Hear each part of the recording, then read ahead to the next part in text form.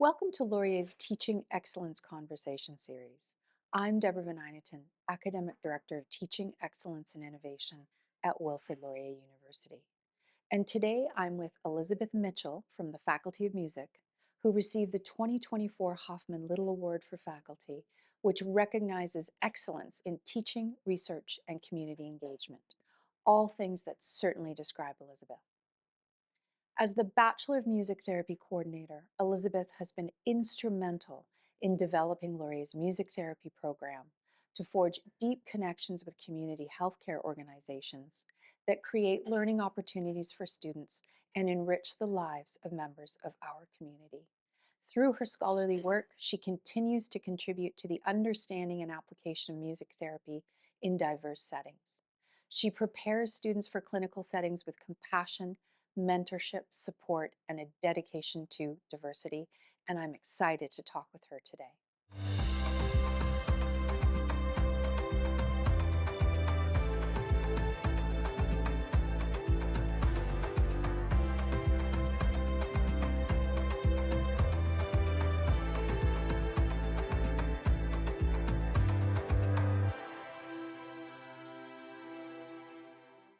Well, Elizabeth, thank you so much for joining me here today. And I want to start by noting that in your dossier, it's clear that you always wanted to pursue a career in music, but you also always wanted to teach.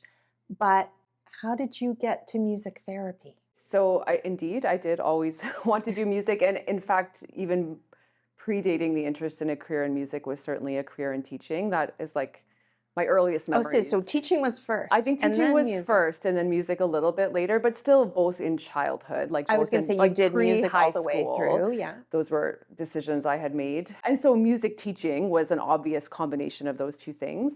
And I had also considered going the performance route, although I think teaching always won out.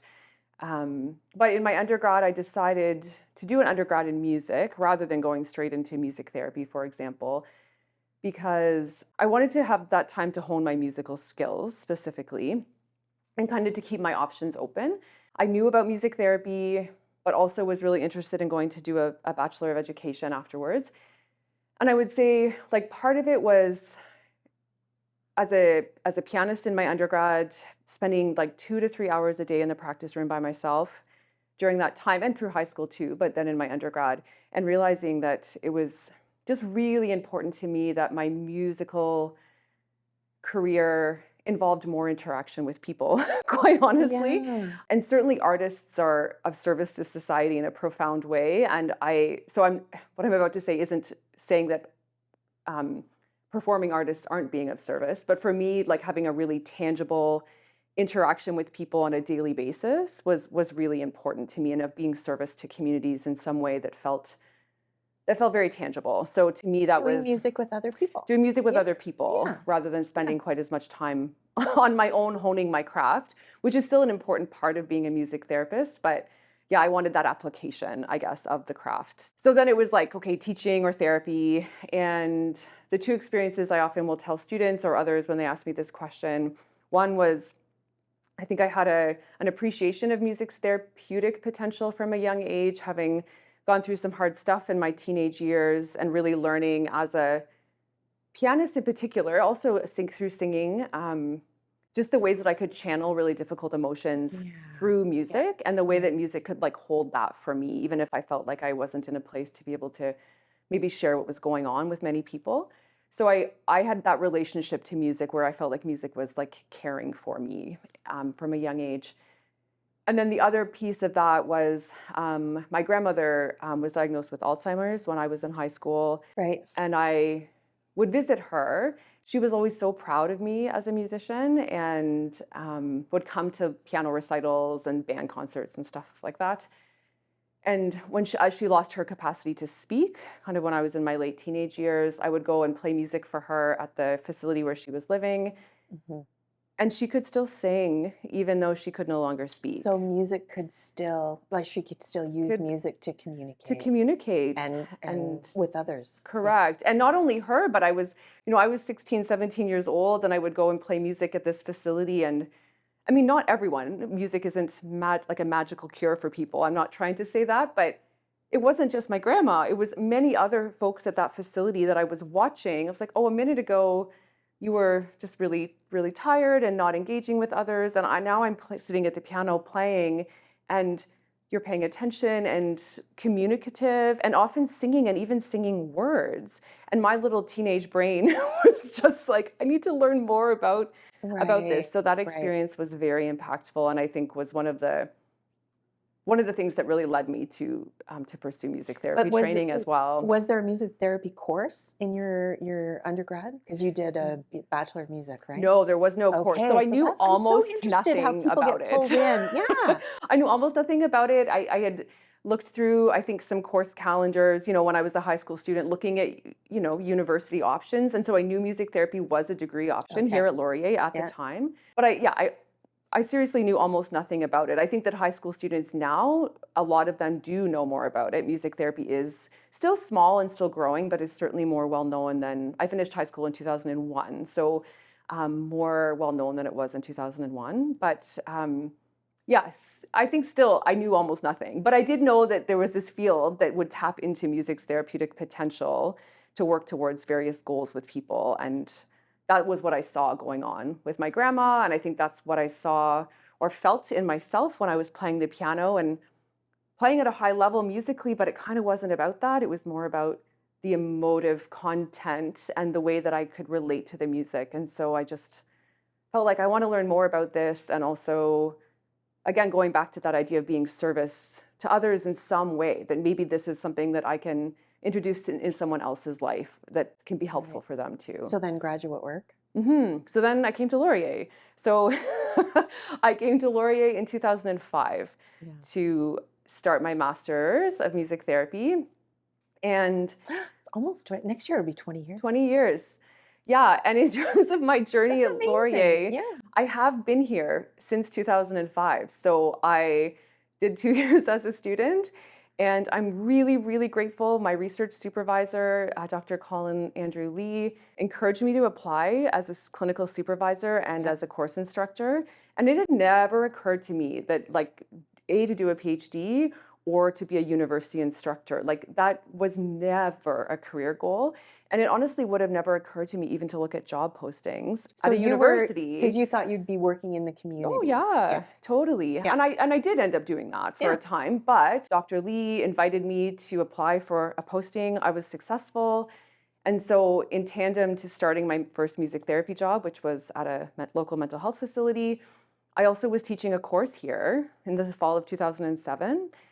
And I loved it. That started my time as a contract teaching faculty I feel like saying the member. rest is history, but no, we have some more to talk about. Yeah. So I have been, Yeah. even though I've only been in this current role since 2020, I Yeah. have been continuously employed by Laurier since fall of 2007. No, So it's a good I've thing. been around a while. Yeah. Yeah.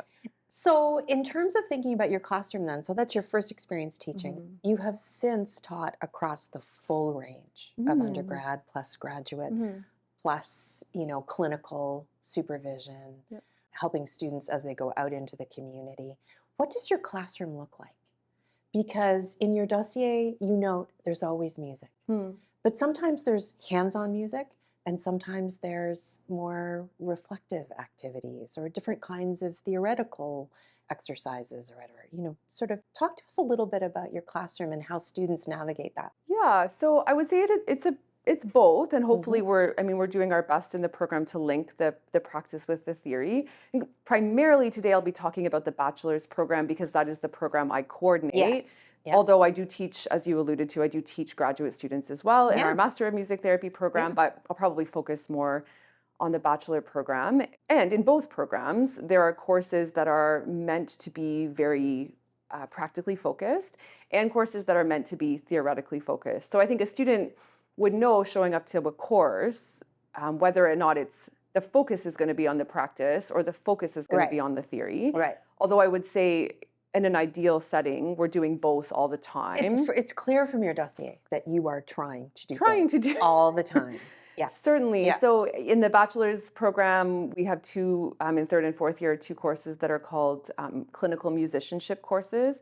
So the idea of that is students they're certainly developing their musical skills further, but even more importantly, they're learning how to specifically hone and tailor and adapt those musical skills to those clinical or healthcare or therapy situations. So how do I, leave space in my music for somebody who needs a little bit more time to respond? Or how do I create a sense of safety in a music making experience for somebody who's feeling extraordinarily anxious?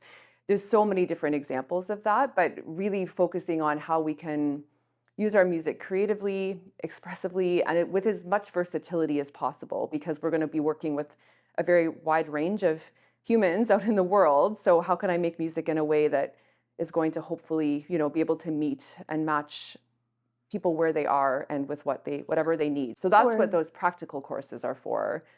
so are students, they're playing instruments, they're singing, All of all the of the above. above. Yeah, yeah, And how many exactly. students in the class? Like, I'm just, trying to get a sense in my mind. Usually a maximum Like of those third year courses. 20. So So let's say 20. more like 15 in recent years, but between 15 to 20 students, so that we can really dig into like role playing those scenarios. So we're improvising together, Wonderful. using familiar music, playing music, yeah, playing instruments, singing, songwriting. So doing those really practical things that music therapists would do with a client. Our students are hopefully getting all of those practical skills in the classroom first and foremost. And to go back to your question, I'm always striving to also help students to be able to identify like what theory is underlying. So if I make this decision in an improvisation or in a songwriting activity, well, why am I doing it? What's my underlying theory or philosophy? Right. What's the goal I'm working towards? So So it's very I'm not reflexive. just Yeah. making music because it sounds good, even though it might sound good and that's great, but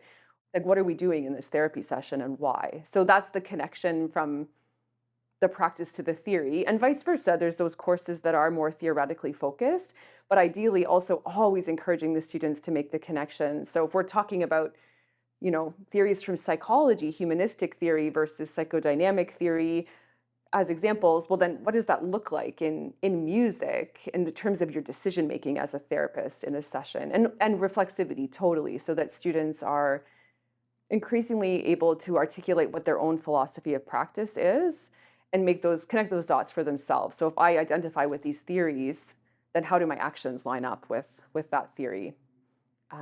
Yeah, and how do I reflect so I know when it's going well and when I need to keep working? And we all need to do that as therapists, myself included. No matter how experienced you are, any good therapist is always reflecting and Yeah. hopefully getting better at their craft and able to identify when something didn't go as planned.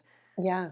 So Yeah. let me pick up on that, because then Mhm. what are the key qualities of a music therapist, right? And how are you, obviously you're doing Mhm. this role playing, and you're writing music, and Mhm. you're making music and thinking about, what do I do in this scenario? But how are you leading them toward, or what goal are you leading toward, at the end of those, especially the musicianship classes? It's an interesting mix in terms of those ideal qualities. I would say it's the musical skills and then also the therapeutic or the interpersonal skills. And Like, do you go into the classroom and you're like, okay, that person's got it in spades, right? And that person, we've got to, you know. not sure if I should answer that question on the video.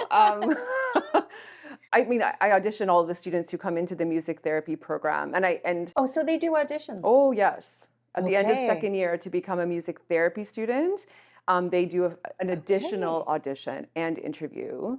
And so I know when they come in what their strengths are and what those areas are that they're going to need to still work on. Can I ask how many students audition? It varies year to year, but I'm just usually, thinking, if you're knowing these students as they're coming in, how many students is that? well, because it's at the end of second year, by that time the students know whether or not they want to go in the therapy direction or Right. education or Right. performance, Right. history. It depends on the year, but 25-ish. So it's not a super competitive audition, I wouldn't say, at the end of second year, because I always tell to students I'm working with in terms of a recruitment setting, get yourself into our Bachelor of Music. Like that's the biggest hoop to jump through. And then assuming you're doing well in your classes and your musicianship skills are continuing to grow in those first and second years, you're probably going to be okay at that audition at the end of second year. Right. Yeah. Right. And then we're taking between 15 to 20 students a year. But it depends on the numbers. And so that's after second year, and then they're coming into third year Mm. doing those core courses. Yeah, exactly. And there's clinical practice as well, or is that fourth year? There is Both. Yep. both. They start right Yeah. away. So sometimes, a student maybe auditions at the end of second year and I say, here's all the potential you have. And also because those placements start in September of third year, Oh, I need you you to want take them an extra ready. year Yeah. to really hone your skills because you need to be ready in third year. Of course, to be still mentored and to grow, you don't have to be perfect, but to be comfortable enough to go out into a community setting and start leading sessions with supervision, but to start leading sessions right away. So that must be a real focus of your classroom practice is getting people Absolutely. comfortable, making Absolutely. themselves vulnerable, working through difficult dynamics, right? Yeah, I mean, definitely. That's therapy obviously addresses some very challenging issues. So, absolutely. Yeah, that's really important. And yeah, important that students who want to be therapists are, yeah, in a place where they're okay talking about hard things, okay yeah. relating to people who maybe have different experiences or different perspectives on things than they do, because our clients are going to come from all walks of life. So yeah, being prepared to have hard conversations. And also as a music therapist, sometimes you are making music and not talking. So it's not that you're going to be having a heavy conversation with All the everybody, time. not at all. Yeah. But things might get heavy, and you certainly need to be prepared for that. That's Mhm. really different than just being a musician, right? It's really So different. you're undergrad in music, and then, Yes. that's a different thing to be focusing on in your classroom.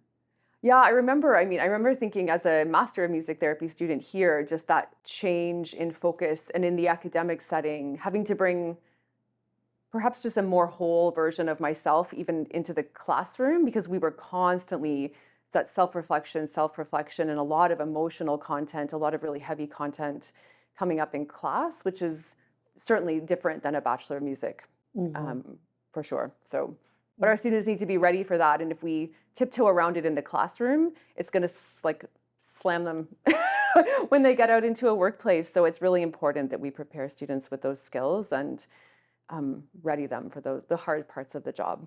Your dossier really emphasizes the importance of inclusivity, right, in your Hmm. teaching practice Hmm. and in your classroom. So, what does that look like in your classroom? How do you ensure that you create an inclusive learning environment for your students? Yeah, it's such a big one for sure. And partially it's around really tangible things in terms of strategies or, modes of assessment, for example. Um, some of it's about my intentionality around language and what we're talking about, whose voices we're Yeah, making space for in the readings classroom. and Yeah, so there's influences. Yep. totally. And then there's also just how I set up a classroom. So I think there's just so many parts to that. In terms of setting up a classroom, I think in most classes, I take the time in the first week of classes to actually co-create with the students guidelines for classroom Wonderful. engagement. Okay, great. And that came from a place of, a class not going as well as I had hoped it to and learning As it often as it does. often does, right? That learning. And Yeah, so learning on week 5 or 6, okay, we need to stop right. what we're doing and create these guidelines together. And now Yeah. I just do it proactively. So I Yes. Yeah. learned, it was a number of years ago. I really do. I come at it with certain things that if students don't say them, that I do add to the guidelines for engagement, because things that are like non-negotiables for me as an educator in terms of my expectations of students, but also my role as a leader in the classroom, and that students know that they can trust me to do my best to create an inclusive and safe enough space and where my lines are in terms of what I will and won't tolerate in a classroom. But a lot of it is just about mutual respect and setting up a space where I often talk about with students how, we're going to believe that people are doing their best until we learn otherwise. So Yeah. that most people, even if their language comes out clumsy or they're not sure about something, that's because they're maybe in a different place in their learning, maybe have different experiences. And also, it's okay if people have different viewpoints on various topics. Like a lot of what we talk about in the therapy classroom is very nuanced in terms of human experiences. So, extending that like respect to one another, even during hard conversations because we have to have hard conversations, linking back to what I Absolutely. said before, because we're Absolutely. going out and serving the I public. was just going to say the you know the viewpoints in Yeah. practice are not going to be unidimensional. They're going to be No. all over the map. All of us are So how do you different. deal with How that? do you deal with it? And how do you sit with discomfort and know yourself well enough to notice when something is uncomfortable for you, but to be able to sit in that Yeah. and still hear somebody else out. And also, of course, there Have a always constructive discussion. have a Yeah. constructive discussion. And also, there always has to be a line at which point something is no longer safe or okay. So, but how do we navigate that, right? And still sit with discomfort. So, we talk about that a lot early on. And for me, that's been really, really helpful in setting up classroom spaces that I hope are as safe as possible. I can't guarantee safety, but sets up, how what I'm gonna hold myself accountable for, and then also just how all of us are, bringing ourselves into the space. So that's a big one for me. I think this And is one of the biggest issues that we face at the university is certainly, creating braver spaces, absolutely. I would Yeah, say, for conversations that are difficult, yeah, right? yeah. And I think students, given everything that's happening hmm around us in Yeah, society and in politics, they just don't want to have those conversations and shy away from them. But yeah. we have to be able to talk about things, I think so too. And it's right? really hard. and and But if I they can't think do it here, mhm, where are they going to be able to do it, right? exactly, exactly. I think it's okay that learning is uncomfortable. Yep, absolutely. In fact, That's how it you is. learn. It Yeah, is. And yeah. again, I'm not at all saying anything goes. That's not my belief. I think there are lines in terms Hmm. of a classroom, but we do have to increasingly, I think, be able to sit in discomfort to be able to hear other people out I also. like that. Sit in Yeah, discomfort. Yeah. yeah. Find your way So, through it. yeah, absolutely. Yeah, because therapy is going to be uncomfortable lots of the time. Yeah. So that's like a proactive thing. And then I would say I do a lot of just challenging of the status quo in my classroom. So I try to model for my students what it is to bring a critical lens to literature, to scholarship, whether that's music scholarship, therapy scholarship, psychology scholarship, because music therapy, of course, straddles some different disciplines. We learn a lot about psychology practices and psychotherapy, and also then we draw upon music as well. And that ability to actually look at the literature and say, okay, yeah, whose voice is being heard here, whose voice isn't here. As an example, every single culture, I believe this is true, globally has musical practices. Every single culture. Yeah. And it goes back at least 40,000 years. We know that human beings have been making music for at least 40,000 years, probably more. No wonder it makes us feel better. Right. And that goes for everyone. Yeah. And we also know that human societies have always been making music associated with communal practice, social interaction, healing. This is so embedded in our lives as human beings and in our cultures, and yet music therapy emerges on the scene in the United States in about the 1940s, and it's a profession that is very white and very based in the Western European canon. Yep. And I'm so indebted to those amazing practitioners and scholars that did that work of professionalizing the field. Like, that's really important. But we can't lose sight of the fact that The practice is a lot bigger than the that. practice is so much Yes. bigger than Yeah. just this small profession of music therapy that has been around less than 100 years. And so we really need to, when we're just looking at the scholarship for music therapy historically, we need to challenge why is Western European music given so much dominance, Yeah. even though every culture in the world has always made music for healing purposes. So asking those types of questions and Bringing really in different bringing that into the voices. classroom, those questions into model that I'm asking those questions too, and here's the literature I'm going to, and the voices that we need to make space for. And they're not always the biggest voices in music therapy scholarship, but they're the voices that have been pushed to the side.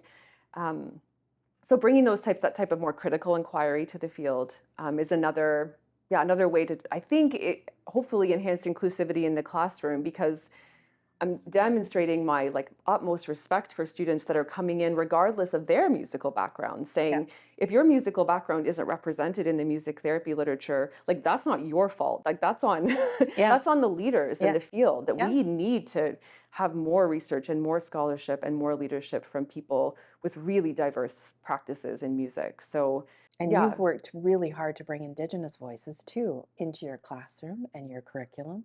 certainly. I mean, from a Canadian perspective, I mean, an Indigenous music therapist in Canada is someone I'm thinking of right now who said, like, music therapy is Indigenous knowledge because of what I said before, Yeah, right? Like, in yeah, terms of on these yeah. lands, it's Indigenous people that have been using music for all of this time in For healing all of these capacity. purposes. Yes. And Yeah. then, yeah, it's a major issue in the field that we have very few Indigenous music therapists, and yet music therapy is arguably first and foremost Indigenous knowledge. And so, yeah, making space for the voices of Indigenous musicians and scholars in my classroom is paramount, and it's still something I'm learning. I've completed Laurier's Decolonizing Education Mhm. certificate, and I'm again, like, certainly not getting it perfect, but like really authentically trying to learn and embed that knowledge not just in one course in a compartmentalized way, but try to embed it throughout the Through the program. So program.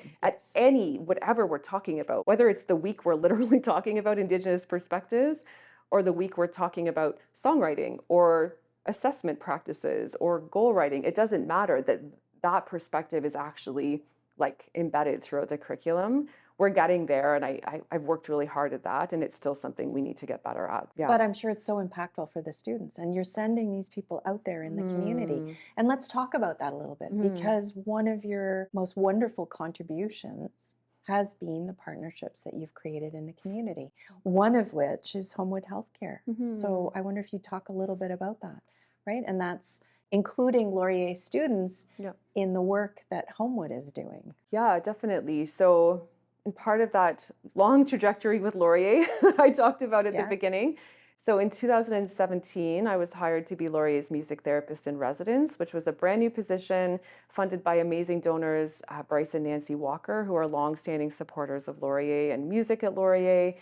And they funded this position, this 3-year position for a music therapist in residence that would be in partnership with Laurier that's and wonderful. Homewood Healthcare. Yeah. So really innovative, and honestly, it just felt like a dream job for me because of that melding of theory and teaching with direct practice. So I was hired in 2017, and Homewood Health Center is a large 300-bed adult inpatient facility in Guelph for mental health and addictions treatment. And they had never hired a music therapist before. And so I was hired to build the program at Homewood. And you can't possibly, as one person, serve 300 people, I no was matter just going to how say, big build your the program. how Yeah. big your ambition is or your Yeah. heart is or whatever. So building in terms of what does it look like? Who are you serving? Who are you not serving initially? And so doing a lot of collaborating with the teams there in order to figure out how to best be of service and to use my Yep. time What and are my the gaps? skills. How can I fill them? Yeah, exactly. Yeah. Which units are the most in need? Yep. And really exciting with that. So I started that job in February of 2017. And in May of 2017, I took my first 2 interns from Laurier. And so it was still really new for me, but it meant for them in particular, but also for the interns that followed, they also really got to be a part of that program development. So were they third, fourth year students These were or grad graduate students, students? Grad actually. students, yeah. One was just finishing their first year of the The master's here, and MMT, one yeah. second year of the master's. So, Wonderful. yeah, gradually evolved over the 3 years I was there, and I supervised 15 Laurier interns during those 3 years. Some of them were doing full-time 1,000-hour internships. Some of them were just there like one day a week for a semester, so it was Amazing. a mix. So those Amazing. interns got to observe my work, collaborate with me. We ran a lot of groups together where I would co-lead a music therapy group with the students. Right. And they got to also lead their own sessions as well and be a part of the interdisciplinary team there. So not only do the music therapy work, but like actually sit around the table with doctors, nurses, social work, occupational therapy, and contribute to the client discussion around client needs and goals. Contribute by sharing what had gone on in music therapy that week. So it was a really exciting partnership. And I'll just say that though my position there ended when I came here, to be a full-time faculty member here in 2020. Homewood did hire actually one of those first interns. Oh, So a wonderful. grad Great. from our So program, that program's still that program is going, and our Laurier thriving. students still. Yes, they Oh, are. Laurier wonderful. students are still there. Yeah, The program is actually growing, and they now have they still have a full-time therapist there, but also an additional part-time as well. So it's growing and thriving there, and Laurier students are still getting that internship opportunity there. amazing. Hmm. That's amazing. You've also been really instrumental in shaping the Bachelor of Music Therapy. Mm. So, you came in at the grad level, but now you're shaping the Right. undergrad level, right? Yeah, so I took over as coordinator of the Bachelor of Music Therapy program in July 2020, the Right, midst of COVID. right. In the midst of Everyone's COVID. favorite So time to you start a went new job. from, oh my goodness. So you were 2017 to 2020, Yeah. you were with Homewood, Hmm. the music therapist in residence, Correct. and then boom, faculty appointment, Hmm. and you're your undergrad Hmm. program officer in Yeah. the pandemic. Yeah. And I was less familiar with the bachelor program actually because I did do the master's Right. program here as a Right. student. I Right. didn't do Right. my bachelor's here. So I've been in that role as program coordinator of the bachelor since 2020. And yeah, inherited such an incredible program that has been here since Yep. 1986. So the second music therapy program in Canada, I believe, is the Bachelor Music Therapy program here at Laurier. And so, yeah, I certainly. didn't know that. Mhm. That's great. Yeah, I feel like, I mean, in many ways, standing on the shoulder of giants, because just amazing, amazing predecessors who also led this program. For me, a big part of those changes that have come in response to society, in response to students' needs, have been around inclusion and Yes. diversity. Yeah. And so I think, I mean, I already spoke to that in a lot of ways, but trying to, I mean, I developed a course called Music, Culture, and Community, which is where we really dig into the theories around racism and sexism and ableism in healthcare, and Hmm. look at power and how it functions in the therapeutic relationship, and look at more anti-oppressive models of doing therapy. So that course, like I've taught 8 times now because I was really a part of developing that, and so that's really where we dig into that. But as I mentioned before, also when I took over program leadership, it was about, well, how do we embed this actually throughout the program? Because Yes. I want to Well, yeah. model that this isn't just like Yes. a box that I'm ticking off, like, oh, our students are getting this content, Yeah. but actually right from their first year in the intro to music therapy course that I teach, how are we embedding this content, and how am I just modeling this content? What readings are being assigned? How's assessment being done? So some of those questions. A big one for me, as an example, has been changing up how we talk about goal writing for our clients in music therapy. I think, Mm. and that's another, I haven't talked about that yet, but it's another area where I think therapists need to listen to the disability community better than we ever have done before. Like, we need to do that.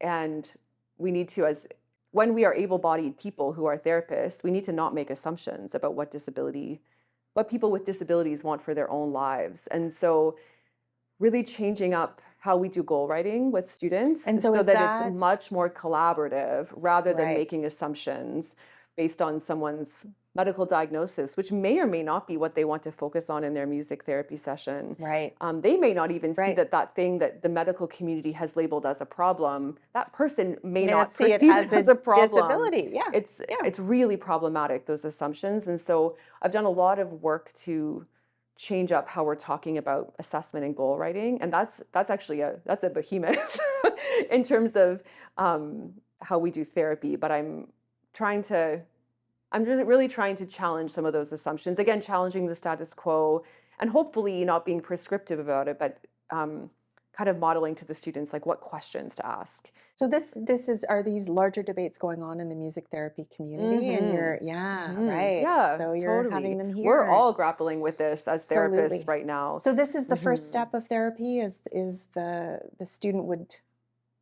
student practitioner would sit down with the client and talk about, so what is it that you want to achieve through therapy? And I would think that would take a lot of confidence for somebody to do that, Yeah, so right? Like I you'd have to build confidence in the student. totally, yeah. So I have two thoughts. One is yes, It's a like that big is conversation. it takes confidence and that ability. Yeah, in a way, it's a lot easier to just, off by yourself, do your assessment of your client, make those notes, decide what you're going to do in therapy, and just And do it. be the expert and Right. do the Yeah. therapy. And I think that's a really problematic way of doing therapy. I don't want my therapist to make assumptions about what I want for my own life. I don't think Yeah. any of us want that. So, yes, being able to have those conversations and actually being open to what the answer is. And the other piece of it, and something that music therapists do really well that talk therapists can't do usually, is work with clients who don't use words, right? Like we're often Oh, at the of course. bedside of people Yes. who are in hospital, Yeah. who've had a brain injury, who are at end of life, or working with a child with developmental disabilities. And so the not making assumptions things in a way is even harder when it's harder to check in with that person in that moment. So that's about having conversations with a caregiver, getting to know from, from the other loved ones in that person's life, you know, their best guess at what this person would have wanted. It might be about picking up on body language cues, for lack of being able to use words. So it is about the conversation, but it's also about being really open when our clients can't use words, because that's something that music therapy does best, in my I'm just opinion. thinking back to our Hmm. discussion about, Hmm. what qualities are you looking for Right. in music therapy students? This is, this is a big one. Yeah. Yeah. And Being it's, able to communicate in different mhm. ways Yes, to have totally. those Mhm. initial conversations, and if you can't have them, then to be able to intuit, Mhm. in different ways. Absolutely. Intuit and listen and kind of, yeah, sit with the unknown when you don't Yeah, know, rather than just barreling ahead with a plan. this is what I Um, think. mhm. Yeah, yeah. Ideally, yeah. And again, I think, going back to those skills, it is that combination, because it's of interpersonal with musical, because that, yeah, that intuition, or just really attentive listening and sitting with somebody else, and that's the interpersonal piece. But then also the versatility musically, if that client wants to go somewhere different with the music, you need to be ready to go there with them. And so our students really need those excellent musical skills as well. This is probably a good time to ask you then, sort of what advice would you give to aspiring music therapists, right? You in, you know, Mm. 2001. I think it is those two things. I mean, that's a really simple way of looking at it, but it's the musical skills and the people skills, or the interpersonal skills, and intra as well, in terms of knowledge Yeah, of self. But I would that's that say, reflexive piece. yeah. Yeah. So to keep Yep. working on your music, I think people that don't know much about music therapy might make an assumption that, oh, like music therapy is the thing you do if you're not good enough to be a performer.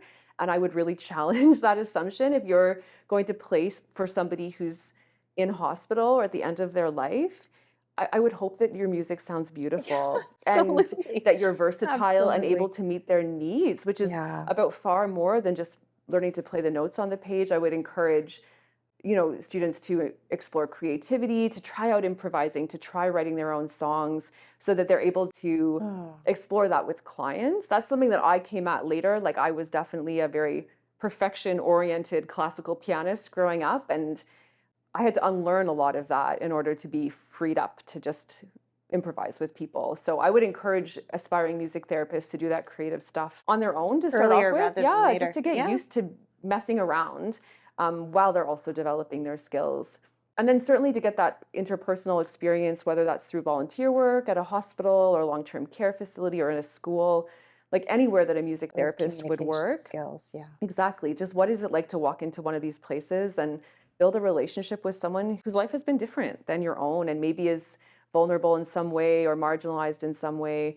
Um, yeah, so learning how to build those relationships with people and to feel comfortable. And then also, yeah, the self-reflection is a big one, so that we need to know ourselves. And so to be able to comfortably identify, like, these are the things I know I need to work on. And that's really important. So, what's Hmm. next for you? Speaking of self-reflection, in terms of your teaching practice, and Hmm. but also in terms of thinking about the Bachelor of Music Therapy program, right? So you've done lots of work on it, Hmm. and Yeah. you're looking in the future, and you're looking at your students. What are you seeing? Bringing Indigenous voices, or making space for Indigenous voices in the classroom, um, and just greater work around, yeah, equity, diversity, and inclusion, Yeah. that our students are really feeling a sense of belonging in music therapy and in the faculty of music. I feel as though we've made great strides, whether that's, and I'm not talking just about the music therapy program. I sit with my colleagues in music, and I know there have been really intentional changes made to the music curriculum in order to really celebrate and people no matter what their musical backgrounds Yeah, are, yeah. and to, well, I mean, more than And bring celebrate, more like traditions respect. into Yeah, yeah, like that yeah, there's no hierarchy, like yeah. everyone's music is valid. I still have a lot more work to do there. The program still has a lot more work to do there in terms of um, how we're teaching those musical skills, the theories we're drawing on. There still is more space. Like so, I think that that journey is continuing, and I'm still learning and still learning my own, the things that I don't know. Like we're all, I think, the longer we exist, we learn. We have more to learn. So I'm just still reading and talking to people and trying to build relationships. And yeah, I believe that the program is a more welcoming space for more diverse people, and I believe we still have work to do. So I'm still totally invested in that work, and I'm excited about curriculum changes that are coming in the Faculty of Music starting next fall that are public. So I'm not being secretive about those. Um, that there will be one Bachelor of Music starting in September 2025, as opposed to two different streams that students audition into, and that is a very clear demonstration by Laurier's Faculty of Music that all musics matter. So yeah, I'm really excited about that because then that impacts who comes into our Bachelor of Music Therapy program as well. So that's really exciting. And on a smaller note, I am excited to teach the first years in January. I get to teach the Intro to Music Therapy class. It's I a love class of first year students. 90, Yeah. and Yeah. it's a blast. It And is. They what, bring so much to the classroom and that yeah. large group dynamic. There's nothing like it.